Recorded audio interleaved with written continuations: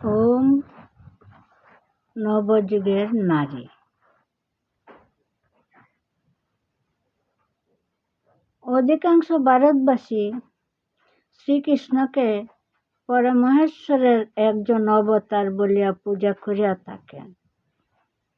যাহারা তাহাকে অবতার বলিয়া স্বীকার করেন না, তাহারাও তাহাকে একজন অসামান্য মহাপুরুষ বলিয়া মান্য করেন।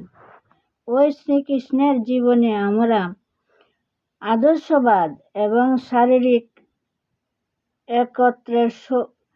শারীরিক শক্তির একত্র সমাবেশ দেখিতে পাই।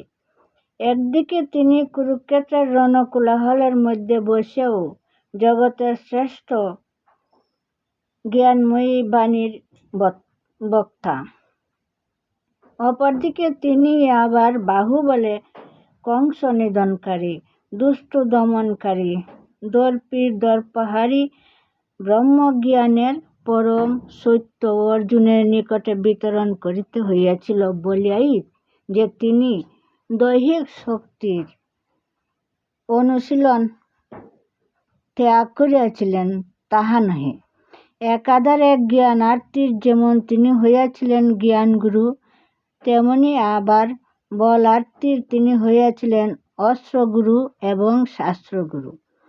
বর্তমান যুগে যাহারা লোকগুরুর পদ গ্রহণ করিবেন, শ্রীকৃষ্ণের আদর্শে তাহাদিগকে নিজ নিজ জীবনের মধ্যে শারীরিক ও আধ্যাত্মিক এই উভয়বিধ শক্তির পূর্ণ প্রস্ফুটনে প্রয়াসশীল হইতে হইবে।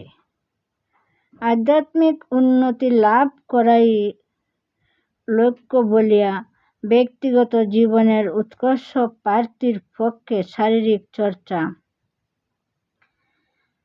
স্থল বিশেষে পরিত্যাজ্য হইতে পারে, কিন্তু দেশকে এবং জাতিকে সেবা দান করা যাহার লক্ষ্য, তাহাকে সমপ্রযত্নে উভয় দিকেই উৎকর্ষবান হইতে হইবে, নতুবা তাহাকে অনুকরণকারীরা হয়তো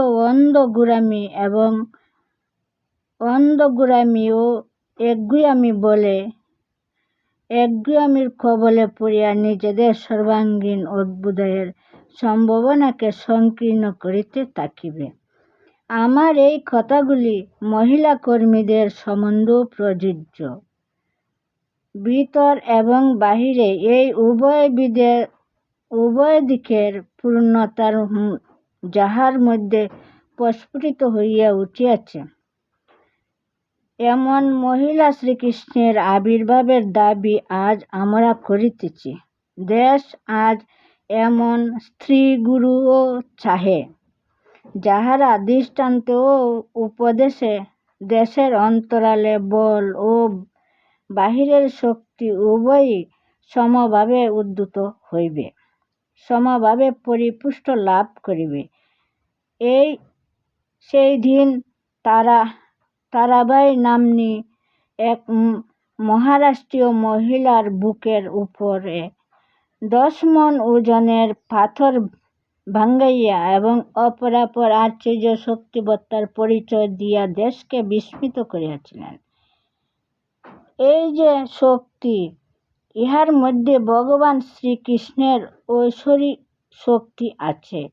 এই শক্তির সহিত যখন ব্রহ্মবাদিনী গার্গীর ব্রহ্মজ্ঞান, মৈত্রীর তত্ত্বজ্ঞান সম্মিলিত হইবে, এই শারীরিক বলের সহিত যখন উভয় ভারতীর দিব্য প্রতিভার সম্মিলন ঘটিবে,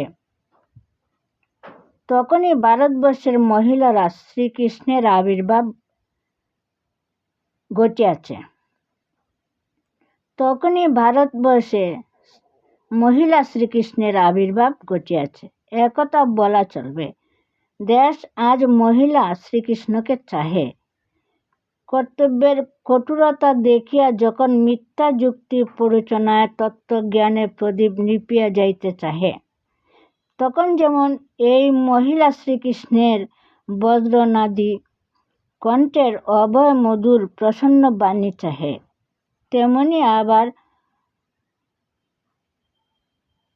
অবসন্ন দেহে শক্তির উদ্বোধন ঘটাইতে, দুর্বল বাহুতে বলের সঞ্চার করিতে, শিথিল মাংসপেশিকে ইস্পাতের ন্যায় দৃঢ় করিতে, কব্জুপিষ্ট বংশ সরল সবল করিতে, দেহ সোজা করিয়া ধরিতে মল্লগুরু, রণগুরু, বীর্যগুরু মহিলা শ্রীকৃষ্ণের শিক্ষা দীক্ষা ও সস্নেহ অনুশাসন চাহে।